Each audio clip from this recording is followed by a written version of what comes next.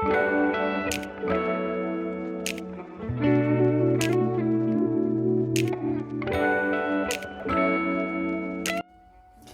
YouTube, it's your girl Duchess back for another review, and this time we are going to go with Love and Marriage Detroit. Let me tell y'all, I was kind of undecided about this show. Like, coming off of the other Love and Marriage Huntsville brand, it just felt like I didn't need another 6 weeks of just drama. And so I watched this interview with Brandon. Let me back up. I watched the first episode and it was okay, but it was a husband gaslighting, one that didn't appear to be, considering the feelings of his wife. A couple who is young and fresh and they've had their challenges, but they're working it out.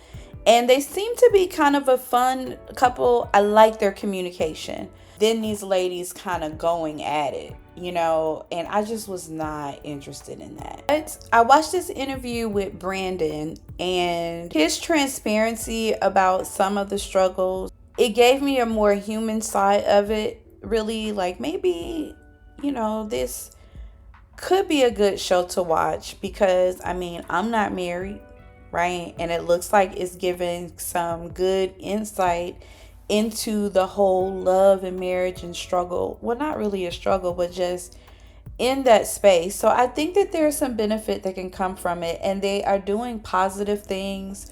It's kind of like what the people have been asking of Carlos King. I think he's bringing it in Love and Marriage Detroit. More of the relatable things and less of the toxicity. And I'm here for that. So I want to support this cast, and I hope that you will too, and drop down in the comments and tell me what you think about it. But I went ahead and watched episode 2 and 3. And so we are going to get into episode 2. Let's go. So the couples are at dinner, and this is kind of like where they left off in the last episode. So they pick up at this dinner, and it's time for Kimberly and Christina to hash out their differences.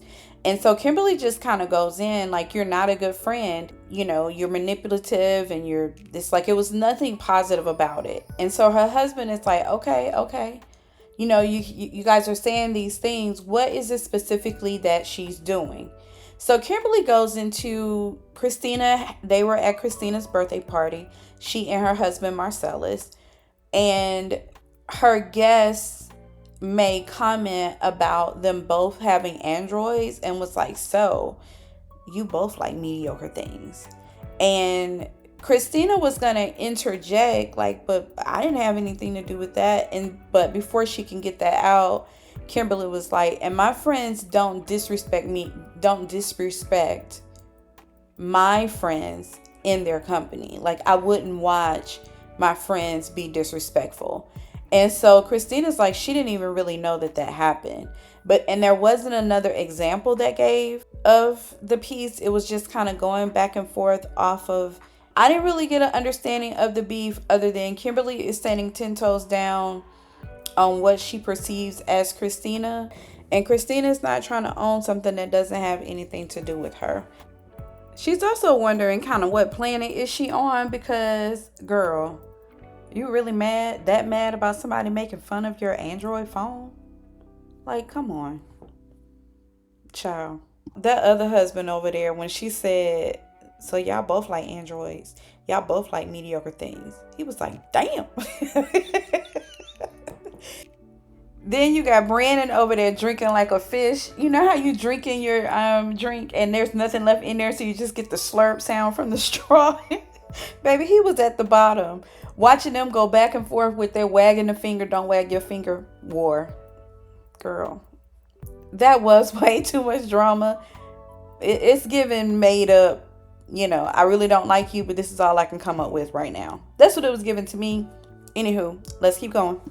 Shout out to the remaining cast members just kind of letting these ladies duke it out. Any commentary you got, it was from their kind of like, booth time or whatever, confessional, that's what they call it. And the men for just staying out of it, and letting them do what they do. I appreciated that. So next, Russell and Brandon. Russell has opened his gym. He will be doing a grand reopening or something with it. And so Brandon comes over with him to work out, and he's talking about his marriage, and he lets Russell know that they're separated. He's not in the home. Russell is visibly upset, like he really empathizes with him. He offers to be there. He offers to give any counsel that he can give, just kind of like as a friend who cares. And Brandon was like, just you listening was more than enough. I think he appreciated him not coming down on him, just kind of coming from a place of support.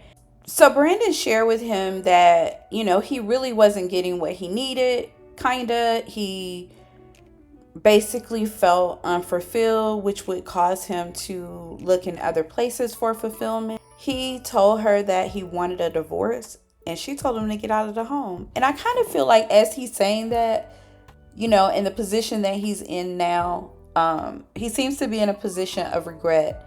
And as he's saying about, he told her that he wanted a divorce, he didn't see any other way for this to be able to work. It's also given like that was supposed to be a threat to make her straighten up. Like he seems to be taken aback that he's been out of the home and out of the home this long. Russell is in his confession and he's explaining his emotional response. It really took him off guard to hear him say that he wanted a divorce. He talks about how marriage is a covenant, before God. And for him to take that stance, he just doesn't want that for him. And I appreciated this whole conversation and this whole support so much. It's nice to see a man stand up for one, the covenant that is made before God, and two, just in support of marriage. And he offers to be any support that he can. And Brandon appreciates that. Brandon lets him know, just him listening and understanding how hard it can be for men, black men, entrepreneurs, and managing marriage and all of that is not for the weak. And I thought that was really nice. Brandon was emotional as well. Like, it's obvious that he's hurting. And Russell didn't like seeing him being hurt. And he knows that he loves Christina. So, maybe there is hope in this relationship. Child, I don't know. But I definitely enjoyed that. Let's keep going. So Christina is seeing her girlfriend Chelsea, who sounds like she may be a vocal coach and a choreographer.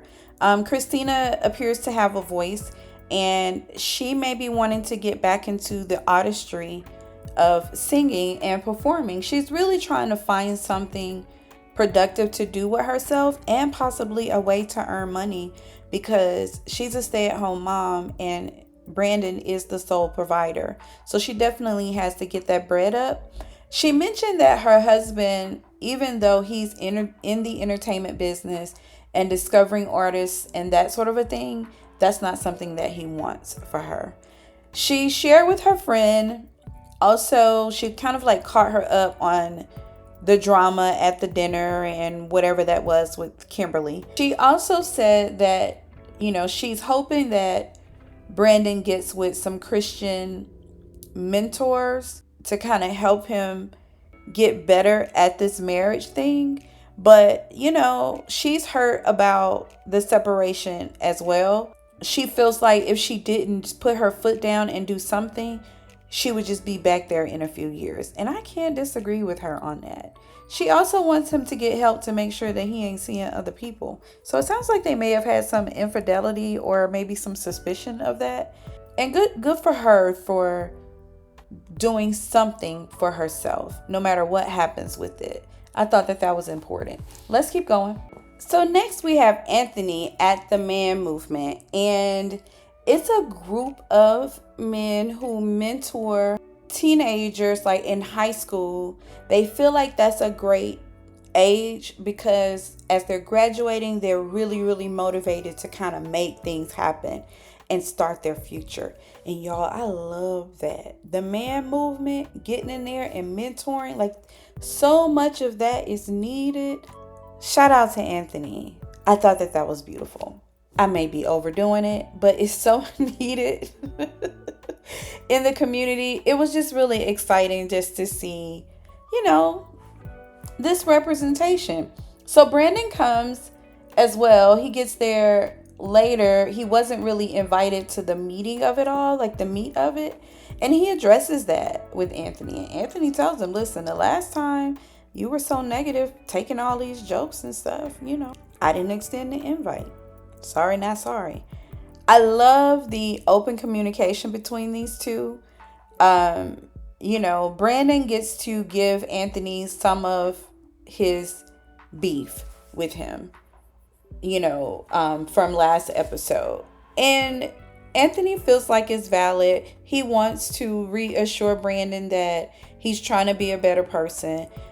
He is accepting his responsibility in whatever his infractions are. At the end of the day, you're my brother. We are connected under God. So we're going to be that anyway, no matter what happens between us. I want to move forward and us be in a really good space. And, I'll do my part to make sure that we get there. And Brandon is not really trusting, it's like, I don't know if he's telling me just what I want to hear, but he's going to give it a shot. So at the end of the day, they squashed it. Brandon shared with him the status of his marriage. And Anthony felt that too. He and his wife had gone through a separation piece, and it was the worst. The cold shoulder, the threat of losing your family and not seeing your children every day. So he got it together and listen, man, whatever I can do to help you, we're in favor of you making it, not anything other than that. Brandon told him, listen, I want you to keep this between you and I. Don't share it with your wife. I don't want my wife to get like a surprise or to cause any more drama. We squashed our beef. Now we got to get them on board. The brotherhood in this Detroit, season, I am here for it. I am here for the men leading the charge on trying to keep the families together. Now, I'm not in favor of staying together if it's toxic. I haven't seen that yet, but I thoroughly enjoyed this. Let's keep going. So Russell and Kobe are at home. He's just getting home from work. They're kind of catching up. And he's like, man, what did I walk in on with the dinner? So Kobe gives him the rundown. They have a little chuckle about it. I love that they didn't spend a whole lot of time just talking about it. It was just kind of catching up. And then they got into their own marriage. She's having some pelvic pain, and she wants a push gift. She keeps saying this thing about she was tricked into this pregnancy. Girl, what's that about? Did he are y'all on that pull-out kind of method thing and he didn't do that? It's just really odd for me to hear a woman say that she was tricked. I'm not discounting it at all. I'm just wondering how it happened. Give me a little bit more. Maybe not. That may be too much. Anyway, he's tired, kind of worn out from his day. She has a lot going on too. Just typical marriage couple kind of conversation. It wasn't bad. It wasn't entertaining because it wasn't drama, but I did appreciate the realness of it. Anthony gets home. No, he's at home and his wife comes home from work and she's tired. She feels like she has to manage everything. And he's like, what do you got to manage? You don't have to manage me. Yes, I do. Did you get the kids dinner? He was like, I bought it. That wasn't good enough though. She was like, healthy, balanced meals. She wanted him to cook, honey. Child. And then he's like, listen, I ain't even trying to get on tonight. I'm just trying to make sure you good. I can't do nothing right. I like his personality. And I like the way that they kind of, communicate with each other. It was good. He brought up that he wanted to check on Christina. He felt like he should have a conversation with her. His wife is like, I don't think it's that important, and you shouldn't be getting in nobody's business and nobody's stuff. So if you decide that you want to do that, I don't have a problem with you having a conversation with her. But don't let it be coming back like you inserted yourself into something that don't have nothing to do with you. Kind of like we've been down that road before. So I don't want that drama, I love that she trusted him to have the conversation and that he was concerned that no one had heard from her. Also, he got that little tea that he didn't share with his wife about the separation. So I think that's another reason why he wants to have kind of like a one-on-one with her. Good job, Anthony. Let's keep going. So Russell is being a thoughtful husband and having a gender reveal party. And he has taken care of everything. Well, at least got somebody to take care of everything. And Kobe's not that excited about it because, you know, she really wants to have a boy. If this baby is a girl, that means that she has to have another pregnancy. And she really is not trying to feel that either.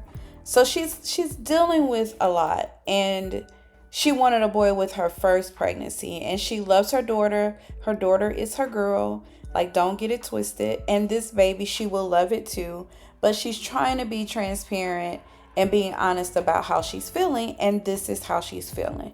Sure enough, they find out it's a girl, and she's visibly upset. She's trying to put on a brave face, but she is frustrated. And, you know, her and her husband have a conversation, and child, he talking about, let's just do it again in 6 months. Like, you know, go ahead and get it over with.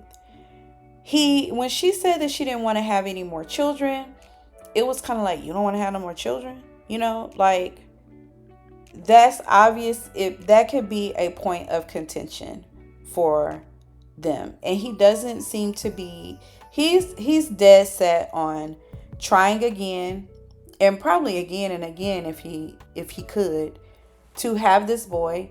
It's important for him to have the family name kind of continue on. I think he's the second or junior or something like that. So his little boy would be the third. His dad seems to have a lot of influence on the progression of the family and that legacy. And I totally get it. I just need him to be a little bit more sensitive to his wife, and to be open that may not be how things work out. He doesn't mind being a girl dad, though. He's happy about the baby either way. He don't care that it's a girl or not, and he don't care because he got something backed up there that, you know, he can continue to roll the dice on this latest body. That's Love and Marriage Detroit, episode 2. I think season 2, episode 2. I enjoyed it. I mean, it didn't have all the fireworks and the drama, and that's not what I want anyway. So I am trying to condition myself to enjoy a healthy, show with a balance. And they do have some things going on there, and it is interesting to see these young, fruitful couples, navigate friendships and, networking and businesses and holding each other accountable. And it's really refreshing to see the men advocate for the family unit. Let's see what else it brings. I'll be back with episode 3. Thank you so much for tuning in. It's your girl Duchess, and I'm out.